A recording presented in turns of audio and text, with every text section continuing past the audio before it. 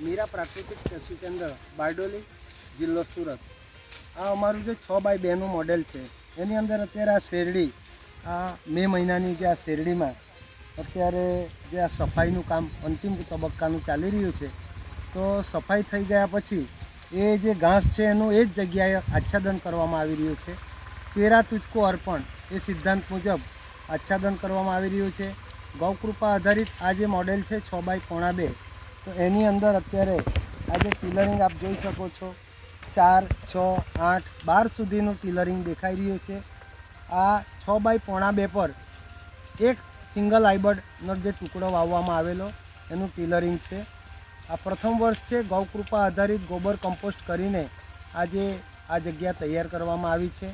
બંધિયા number અમારા 8ની અંદર આ પરિણામ આપ જોઈ શકો છો।